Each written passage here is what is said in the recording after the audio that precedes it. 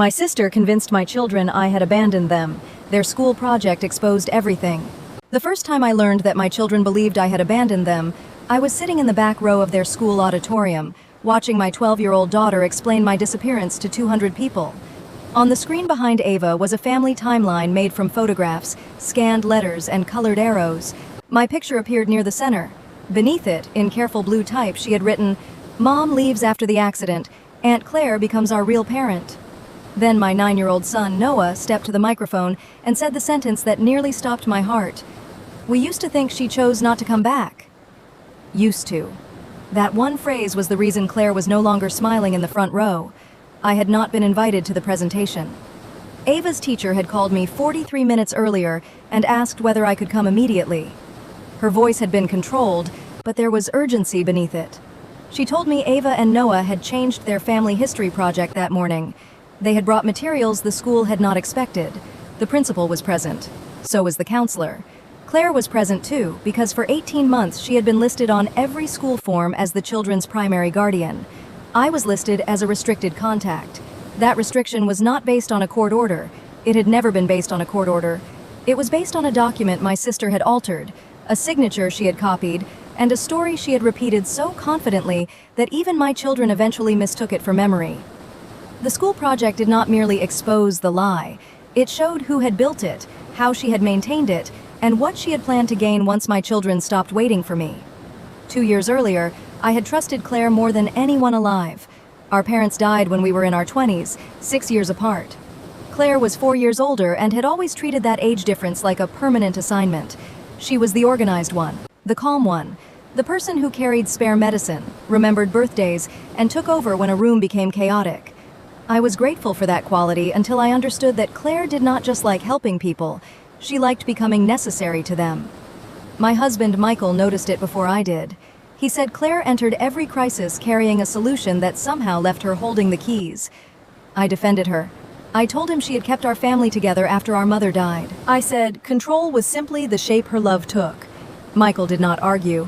He only asked me to notice whether Claire ever helped someone become independent of her. I wish I had answered that question while he was still alive. The accident happened on a wet Thursday in November. Michael and I were driving home from a parent-teacher conference when a delivery truck crossed the center line. Michael died before the ambulance arrived. I survived with a fractured pelvis, 3 broken ribs, a damaged left leg, and a traumatic brain injury that made ordinary light feel like a blade. Ava was 10. Noah was 7. Claire reached the hospital before I came out of surgery. The children had already been taken to her house by then. She stood beside my bed, held my hand, and promised I would not have to worry about them. I could barely speak. My thoughts came slowly and vanished halfway through sentences. A hospital social worker explained that I would need months of rehabilitation. Our house had stairs. I could not transfer from the bed to a chair without 2 nurses. Claire offered to keep the children temporarily. There was no dramatic argument and no lawyer waiting in the hallway. There was only grief, pain medication, and my sister placing a clipboard where I could reach it. The document granted her temporary authority to make school and medical decisions while I was hospitalized. The printed end date was May 31st, a little more than 6 months away. I remember tracing that date with my finger. Claire told me it was only a safety measure. She said the children needed routine, and I needed permission to heal. I signed. For the first 3 weeks, Claire brought Ava and Noah every Sunday. They sat carefully beside my bed and tried not to look at the metal frame around my leg. Ava told me about school. Noah drew pictures of the 3 of us living in a house with no stairs. They were frightened, but they still reached for me without hesitation. Claire controlled every visit. She decided when they arrived, when they left, what they were allowed to see, and which questions were too upsetting. If I cried, she ended the visit. If Noah climbed onto the bed, she warned him that he could hurt me. If Ava asked when I was coming home, Claire answered before I could. At first, I mistook this for protection. Then the visits became shorter. Claire said the children were having nightmares after seeing me. She said Ava's grades were falling and Noah had begun wetting the bed. The hospital counselor recommended consistency, but she did not recommend cutting contact. Claire repeated only the first word. Consistency became her reason for everything. The children needed consistent weekends, so Sunday visits stopped. They needed consistent sleep, so evening calls stopped. They needed consistent emotional boundaries, so Claire asked the nurses not to connect calls unless she had approved them. When I objected, she lowered her voice and reminded me that I had trouble remembering conversations. That was true. My brain injury caused gaps, especially during the first 2 months. I kept a notebook because I could no longer trust time to stay in order. Claire used that notebook against me before I realized she had read it. She told the social worker I was experiencing confusion and emotional fixation. She described my repeated requests to see the children as evidence that I did not understand their distress. She said I sometimes forgot that we had already discussed a missed visit. What she did not say was that I repeated the questions because her answers kept changing. One week, the children had the flu. The next, they were visiting Michael's parents. Then, Ava supposedly refused to enter the hospital. Then Noah's therapist had advised a complete break, though I was never given the therapist's name. I began writing letters. I wrote one to each child every Sunday. The letters were simple because concentrating hurt. I told Ava about the physical therapist who painted her crutches purple. I told Noah that I had finally taken 6 steps between parallel bars. I described the apartment I planned to rent while our house was renovated.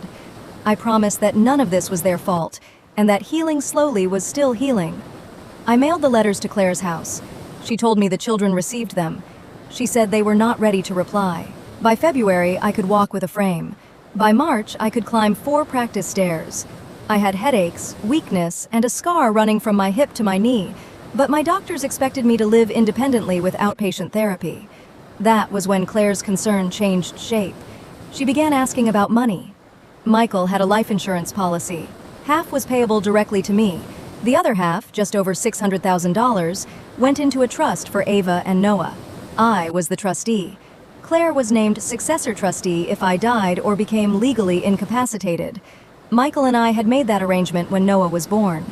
At the time, it seemed responsible.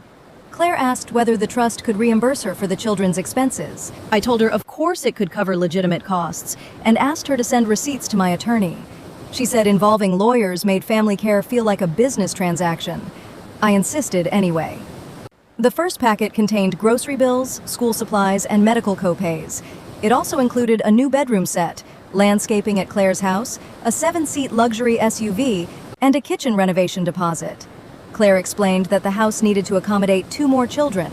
She said the larger vehicle was necessary for transportation. She described the kitchen as a safety issue. My attorney, Lena Ortiz, rejected most of the expenses.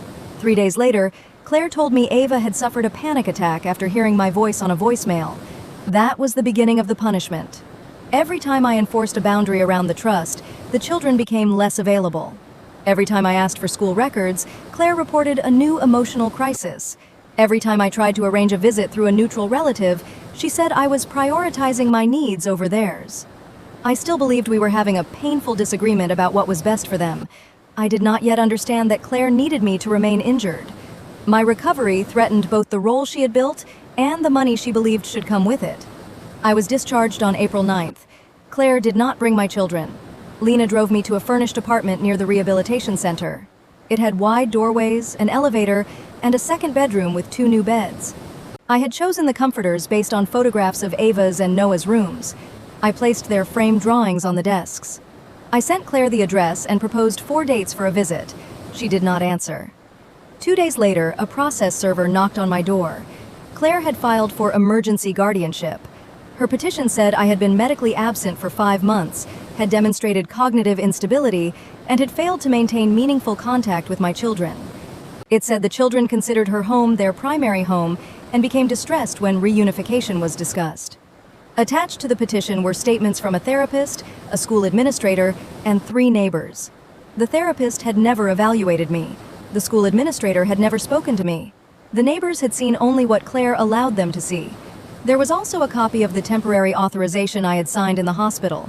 The May 31st end date was gone. In its place, the document said the authority continued until I was medically cleared, and Claire agreed that reunification was in the children's best interests. My initials appeared beside the change. They were not my initials. Lena requested an immediate hearing. Claire's attorney argued that removing the children before a full evaluation would be disruptive. The judge did not grant permanent guardianship, but he ordered the existing arrangement to remain temporarily while a custody evaluator reviewed the case. I was allowed 2 supervised visits each month. The first visit took place in a room with beige walls, plastic toys, and a camera in the ceiling. I had not seen Ava and Noah in 11 weeks. Noah entered behind his sister and stared at the floor. Ava sat as far from me as the room allowed.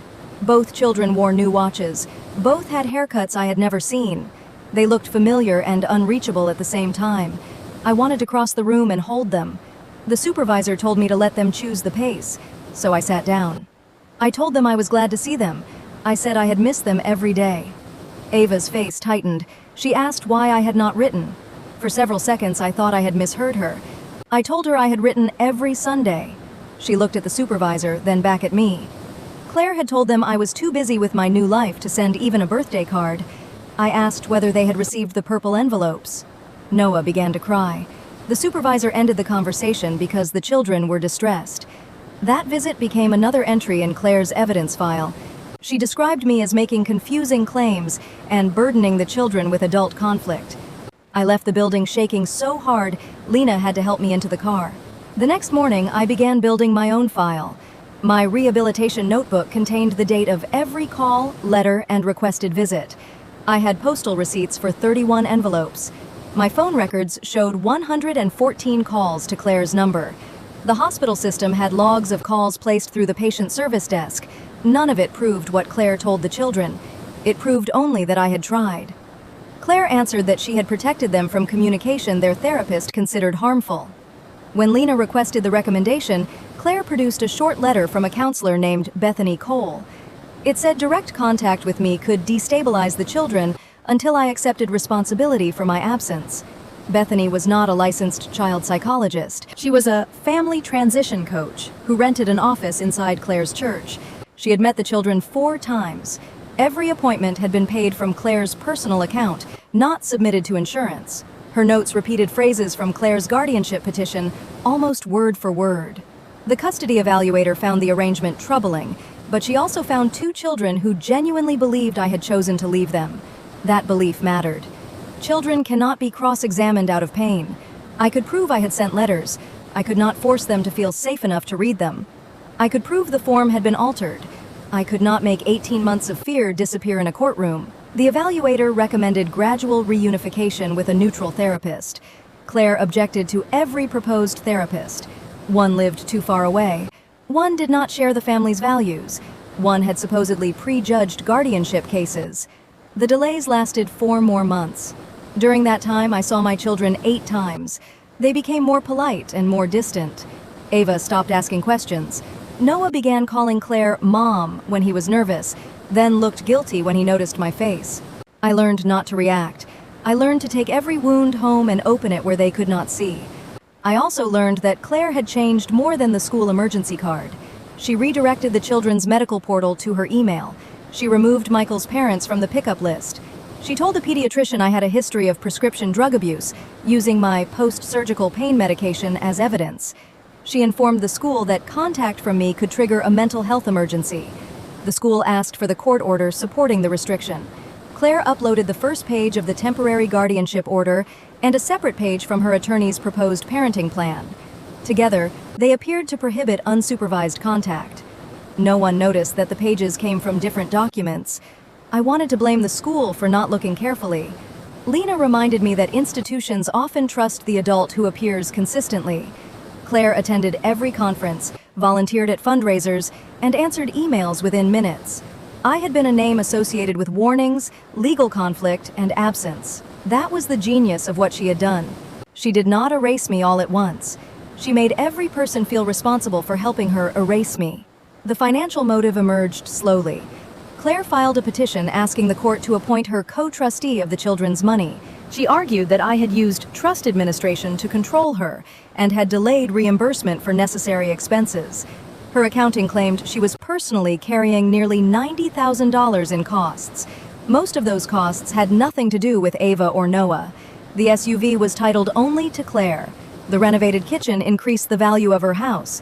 The bedroom furniture included a complete suite for her own daughter, Madison. She had even charged the trust for a family vacation to a coastal resort because Ava and Noah had attended. Then, Lena found the house listing. Claire had quietly met with a real estate agent and discussed buying a 6-bedroom property in a gated neighborhood.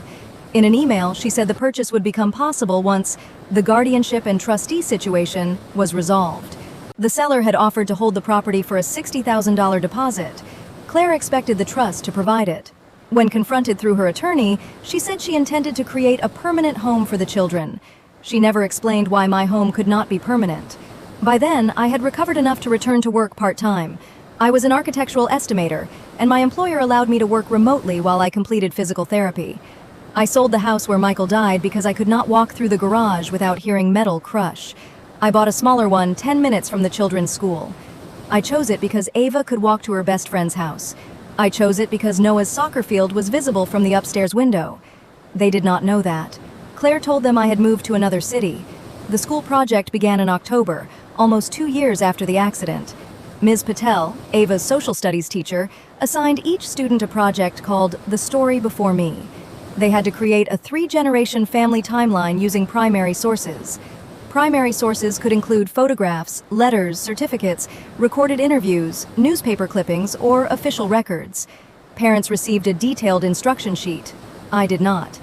Claire helped Ava choose the theme of The Family We Build After Loss.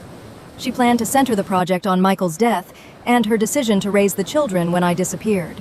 She agreed to let Noah participate because siblings could combine projects for the school's community history night. Claire saw the assignment as a stage. She did not realize that a project requiring dates would be dangerous to a story built from blurred time. Ava began with the accident. She found the newspaper report online. It listed the date, the highway, Michael's death, and my hospitalization in critical condition. Claire had always told the children I was physically recovered by Christmas. The article's follow-up, published 6 weeks later, said I remained in inpatient neurological rehabilitation. Ava asked why I had not come home if I was alive. Claire said inpatient rehabilitation was optional and that I stayed because I could not handle being a mother. That answer might have satisfied Ava a year earlier, but Miss Patel had taught the class to distinguish facts from interpretation. She required a source for every major event on the timeline. Ava wrote, "Mom decides not to return," on an index card. Then she stared at the blank source line beneath it.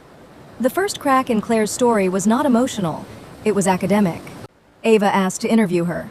Claire recorded a polished explanation about taking in 2 traumatized children. She said I stopped calling after the first month and sent no letters. She said the family court begged me to participate, but I refused until Claire sought guardianship. Noah was in the room. He asked why he remembered a purple envelope with a dinosaur stamp. Claire stopped the recording. She told him the memory probably came from a card she had purchased on my behalf. Later that night, Noah searched the hall closet for an old photo album. Behind a stack of board games, he found a plastic storage bin with my name written across the lid. It was sealed with gray tape. The children took it to Ava's room and opened it. Inside were 31 purple envelopes. Some had been opened, most had not. Every envelope carried my handwriting, a postmark, and the address of Claire's house. Several had yellow postal labels saying, "Refused, return to sender," but they had never been returned to me. Claire had apparently collected them from a post office box after filing a forwarding request in my name. There were birthday cards for both children. There were printed photographs of me learning to stand. There was a drawing Noah had made in the hospital, the one showing a house with no stairs. I had mailed it back with a note telling him I kept a copy beside my bed. At the bottom of the bin were 2 flash drives, a stack of medical summaries, and a folder labeled Melanie, Contact Attempts. Claire had not kept the evidence because she was sentimental. She had kept it because destroying mail frightened her. The folder contained the records she had collected while preparing the guardianship case. Some were copies of my call logs. Some were emails from the hospital social worker asking her to schedule visits. On several pages, Claire had highlighted sentences she could use against me. She had highlighted my description of headaches. She had highlighted a doctor's warning that stress could slow neurological recovery. She had not highlighted the same doctor's statement that regular contact with my children was clinically appropriate. The flash drives contained video messages. The rehabilitation center helped patients record them when travel was impossible. In one, I read Noah's favorite book, pausing twice when I lost my place. In another, I showed Ava the progress chart beside my bed and promised I was working toward the day I could walk into her school. Each file had a creation date. Each had an email receipt showing it had been sent to Claire. The final file was different. It was an audio recording of Claire talking to Bethany Cole. Claire had apparently saved it because Bethany sent her session summaries as voice notes. Near the end, Bethany worried that the children kept asking to see me. Claire answered that questions would stop once they understood I had chosen recovery over them. Bethany said that was not what the medical records showed. Claire replied that children did not need medical details, they needed a clean story.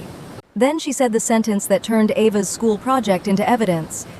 By the time Melanie gets strong enough to fight, they'll be too angry to go back. Ava listened to the recording 3 times. Noah listened once. He became physically sick on the bedroom rug. The children did not confront Claire. That was the part I still struggle to think about. A 12-year-old girl and a 9-year-old boy understood that the adult raising them might take the evidence away. They copied the files to Ava's school laptop, photographed every letter, and returned the bin to the closet. The next morning, Ava told Ms. Patel she needed to change the project. Ms. Patel listened to one recording and contacted the school counselor. The counselor contacted the principal and the district's attorney. Because the materials suggested possible custodial interference and emotional abuse, the school also made a report to Child Protective Services. No one told Claire immediately. The school wanted the children interviewed before she could shape their account. Ava refused to abandon the presentation. She said Claire had used school records to prove I did not care. She wanted the correction to happen in the same building. The principal agreed to a shortened version with no accusations and no private medical details. He planned to cancel the public portion if the children became distressed. Then, Ms. Patel called me. I arrived wearing the flat shoes I used when my leg hurt. I had not known whether I was entering a meeting, a crisis, or another room where I would be told to wait. The receptionist led me to the auditorium. Claire sat in the first row beside Madison. She turned when she heard my cane touch the floor. Her expression moved from surprise to calculation in less than a second.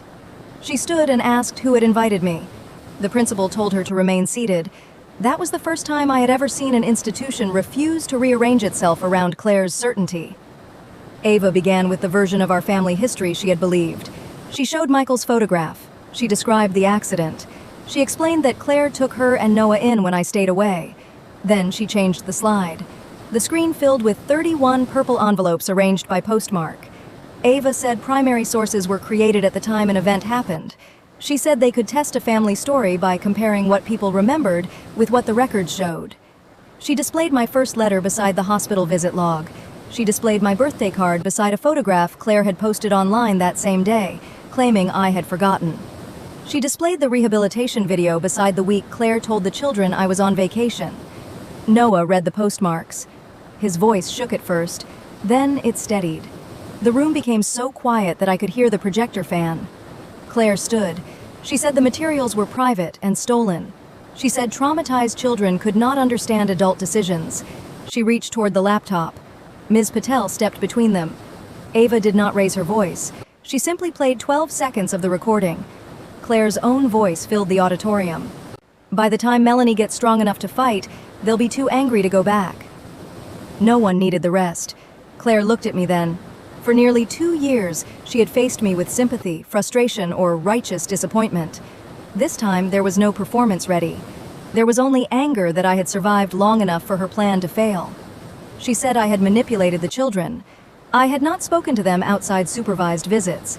She said I had planted the bin. The storage container appeared in photographs taken inside her house 8 months earlier. She said the recording was edited. The original file still existed in the email account she had used to communicate with Bethany. The principal ended the presentation and asked the audience to leave. Parents moved slowly, pretending not to look at Claire. Madison began crying.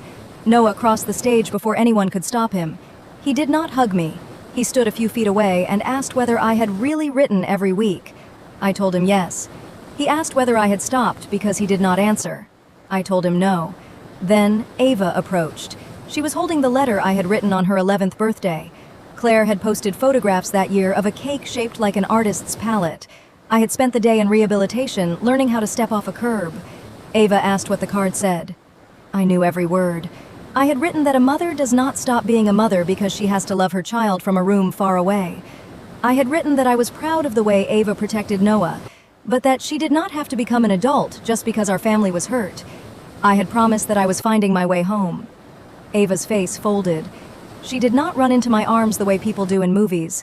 She turned toward the counselor and said she did not want to leave with Claire. That was enough. Child Protective Services arranged an emergency placement with Michael's parents for the night. Claire's attorney tried to argue that the children had been influenced by a dramatic school event. The caseworker answered that the concern was not the presentation. It was the deliberate concealment of contact, the false school records, and the children's fear that evidence would be destroyed. Lena filed an emergency motion before the courthouse closed. The next morning, the same judge who had preserved Claire's temporary arrangement looked at the photographs of the letters, the audio transcript, and the altered authorization. He suspended Claire's guardianship authority. He did not send the children directly home with me. Part of me hated that decision. Another part understood it. Truth had changed the legal facts overnight. It had not changed the children's nervous systems. They had lived in Claire's house for almost 2 years. They loved their cousin. They were grieving Michael again and discovering that the person who comforted them had manufactured part of their pain. The judge ordered a 30-day transition supervised by Dr. Samuel Green, a child psychologist selected by the court. Claire was prohibited from contacting the children except through her attorney. She was also ordered not to enter her house until investigators had collected the bin, computers, financial records, and school documents. The evidence grew faster than any of us expected.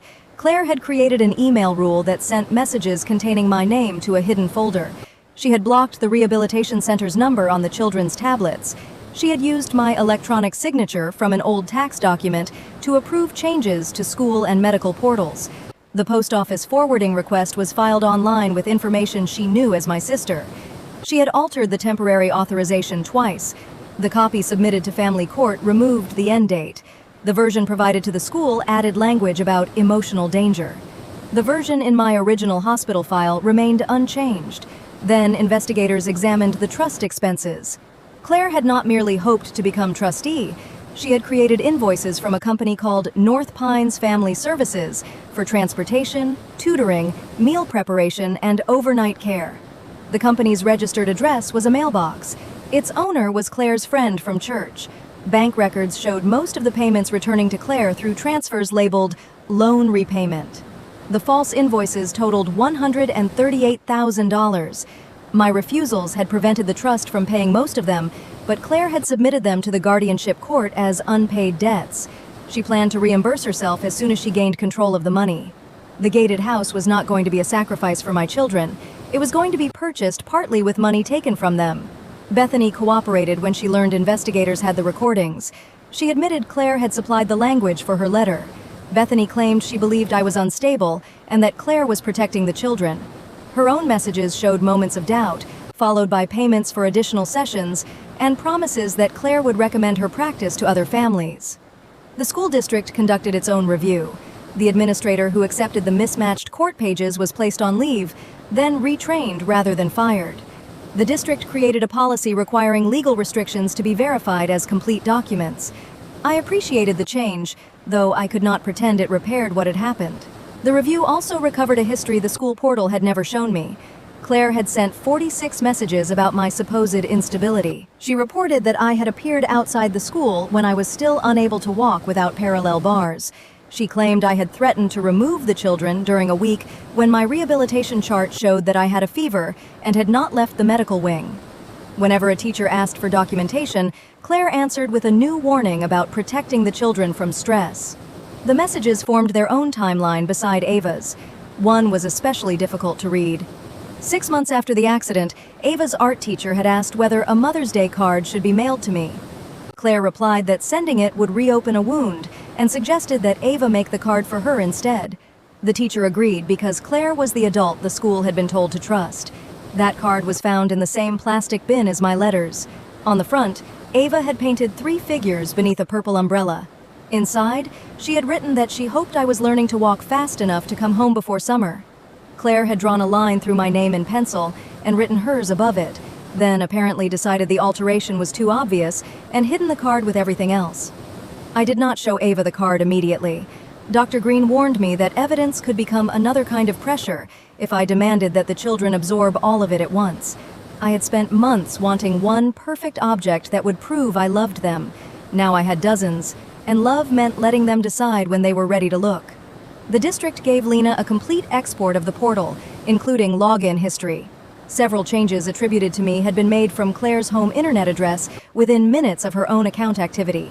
That did not merely show negligence by one administrator, it connected the false warnings, the altered pickup permissions, and the copied signature to the same person. The school project had begun with a requirement that every important claim identify its source. By the end, Claire's own messages had become the source she could not explain away. Institutions prefer errors that can be solved with policies. Families are harder. At the temporary custody review, Claire tried one final version of the story. She arrived in a navy dress with a folder of photographs showing science fairs, soccer games, dentist appointments, and birthday parties. Her attorney arranged them across a table as if ordinary childhood moments could cancel deliberate deception. Claire testified that she had hidden the letters only after the children became calmer without me. She said changing the school documents had been an administrative shortcut taken during an emergency. She said every expense was intended to benefit the household where Ava and Noah lived. Then, Lena asked her to explain the recording. Claire said she had been speaking carelessly during a stressful conversation. Lena asked why she told Bethany that anger would prevent the children from returning to me. Claire answered that she was afraid I would remove them before I was ready. Lena placed my medical discharge letter on the screen. It confirmed that I could live independently, work part-time, and care for children with temporary help for transportation. Claire had received that letter 11 days before filing for guardianship. For the first time, the judge interrupted her. He asked what additional medical clearance she believed I needed. Claire could not name one. He asked why she had never requested an independent parenting assessment before telling the children I had chosen not to return. She said she was protecting their stability. The judge looked at the purple envelopes and said, stability built by hiding a parent was not stability. Claire's face changed then. The careful concern vanished. She said I had always let other people rescue me, and that no one understood how much she had sacrificed. She listed school pickups, nightmares, meals, laundry, and the hours she spent comforting my children. Every item on her list was something real. That made her anger more revealing, not less. Claire believed care created ownership. She believed that because she had carried the burden during my worst months, she had earned the right to decide when my motherhood ended. The money mattered, but it was not the whole motive. The guardianship gave her the role she had wanted all her life, the indispensable person no one was allowed to outgrow. The judge ended her testimony and ordered the children's records corrected immediately. My name was restored as their legal parent before I left the courthouse. Seeing it on a printed order should have felt triumphant. Instead, I sat in the hallway and cried. For 2 years, I had been forced to prove a relationship that existed before any form, signature, or court file. A single order could correct the official record. It could not return the birthdays, hospital milestones, bedtime stories, and ordinary mornings Claire had taken from us. During the first therapy session, Ava sat beside the door. Noah chose a chair behind the therapist's desk. They had questions, but neither wanted to ask them while looking at me. Dr. Green began with facts. He created 3 columns on a board: what we knew, what we had been told, and what we felt. Under knew, he wrote that Michael died, I was hospitalized, Claire cared for the children, and communication stopped. Under told, he wrote that I chose not to return, forgot their birthdays, and wanted a life without them. Under felt, Ava said unwanted, Noah said replaceable, I said helpless. Dr. Green did not let facts erase feelings. He explained that a false story can create real pain. The children's anger did not become foolish simply because Claire had aimed it at the wrong person. That idea saved us. I did not demand immediate forgiveness. I did not show them every receipt and expect evidence to function like affection. I answered what they asked. When I did not remember something because of the brain injury, I said so. When I had made mistakes, I named them. I admitted that I trusted Claire too long. I admitted that after some visits, my fear made me speak too urgently. I admitted that I sometimes treated the legal case as if winning it would automatically bring them home. Ava asked why I had signed the temporary authorization. I told her I believed my sister would protect them while I could not walk. She asked why I had not noticed the change. I told her the signature happened 12 hours after surgery, and that trusting someone is not consent for them to rewrite a document. Noah asked the hardest question. He wanted to know why I had not broken into Claire's house and taken them. I told him I had imagined it. Then I explained that Claire had taught everyone to expect me to act unstable. If I had arrived screaming or forced my way inside, she would have used it to frighten them and strengthen her case. I chose the slow legal path because I was trying to come back in a way no one could undo. He thought about that for a long time. Then he asked whether I had kept his room. I showed him photographs of the bedroom in my new house. He recognized the framed copy of his stairless house drawing. That was the first time he moved his chair closer. The children stayed with Michael's parents for 3 weeks. I visited every afternoon after work. At first, we played cards or watched familiar movies because conversation felt dangerous. Then Ava asked me to help revise the school project. She did not want the final version to be about Claire. She wanted it to be about how records can protect memories. We removed the audio clip and private medical information. We kept the envelopes, the timeline, and the distinction between facts and interpretations. Ava added a final slide saying that family history belongs to the people who lived it, not only the person who tells the story first. Noah added a photograph of the 3 of us in the rehabilitation garden. It had been taken during the second Sunday visit, before Claire began reducing contact. He titled it, "Before We Were Told to Forget." The school offered to excuse them from presenting again. They declined. 1 month after the first community night, Ava and Noah delivered the revised project to their classes. I sat in the back row again. This time, they knew I was there. When Ava reached the point in the timeline where I came home, she did not write a date. She drew a dotted line. She explained that coming home was a process, not a single day. The family court case ended 5 months later. Claire withdrew her guardianship petition after the forensic report confirmed the altered documents and fraudulent invoices. Withdrawing did not protect her from the consequences. The prosecutor charged her with forgery, attempted theft from a protected trust, mail obstruction, and submitting false evidence in a judicial proceeding. She pleaded guilty to several counts in exchange for dismissal of others. People who had defended her called the sentence excessive. They pointed out that the children had been fed, clothed, enrolled in school, and taken to doctors. They described the house as stable and Claire as devoted. Those things were true. That was why the betrayal was so effective. Claire did not look like a villain while making breakfast or driving to soccer. She performed thousands of ordinary acts of care. Then she used those acts as permission to steal a mother from her children. The judge sentenced her to 18 months in county custody, followed by supervised release.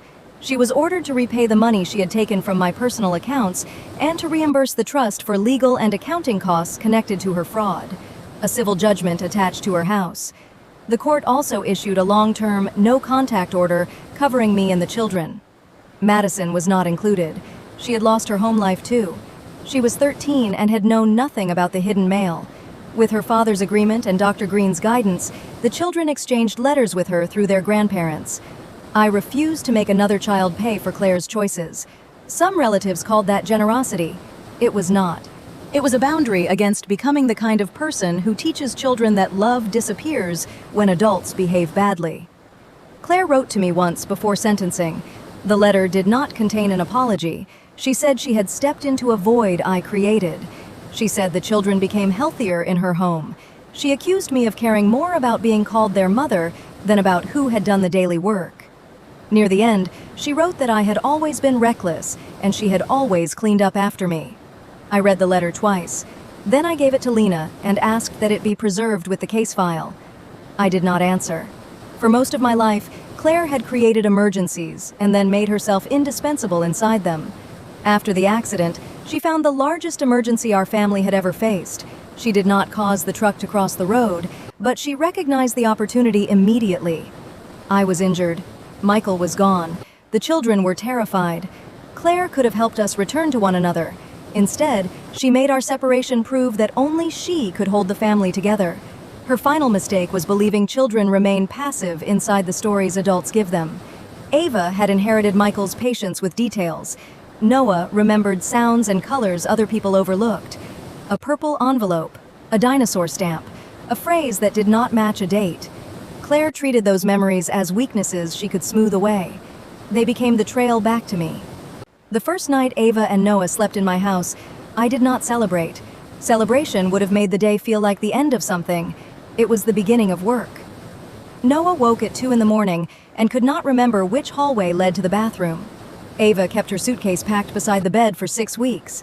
Both children asked permission before taking food from the kitchen. They had learned that homes could change without warning. I kept the routine simple. Dinner at 6, school bags by the door, therapy on Tuesdays, calls with their grandparents on Sundays. No promises I could not keep. When my leg required another surgery, I told them months in advance. I showed them the calendar, introduced them to the nurse who would help at home, and gave them copies of the medical plan. I understood why they needed proof. Trust was no longer a feeling in our family. It was a series of verifiable acts. Ava eventually unpacked her suitcase. Noah stopped checking the mailbox every afternoon. On the anniversary of the accident, we visited Michael's grave. For the first time, the children told me what Claire had said about him too. She had claimed Michael worried I was irresponsible. She said he chose her as successor trustee because he expected her to take over. I showed them the letter Michael wrote when we created the trust. He had chosen Claire because she was family, and because we believed she would help preserve my decisions, not replace them. He described me as the person who understood the children best. Ava cried. I did too. Grief had been waiting underneath the custody fight. Once the fight ended, it finally had room to enter. We learned to miss Michael together, instead of through Claire's version of him. The purple letters now sit in an archival box in my office. I offered them to the children. Ava asked me to keep them until she is older. Noah chose 3, the dinosaur stamp, the drawing of the stairless house, and a card where I described taking my first steps. He framed the last one. The school still displays a version of their project in the library during Family History Month. Names and private details have been removed. The exhibit is about primary sources, memory, and the danger of treating one confident narrator as the whole truth. Teachers use it to show students how evidence can change a timeline. I see something else when I look at it. I see the moment my children stopped measuring my love by the silence Claire had manufactured. I see Ava refusing to leave a blank source line beneath a life-changing claim. I see Noah remembering one purple envelope when an adult told him it had never existed. Most of all, I see that the project did not give me my children back. They were never property to be returned. It gave them the information to choose their own way back. Claire believed that if she controlled the story long enough, she could become the truth. She was wrong. Truth had dates. It had postmarks. It had hospital logs, hidden folders, original signatures, and a little boy's memory of a dinosaur stamp. And once my children learned how to look for it, not even my sister could make me disappear again.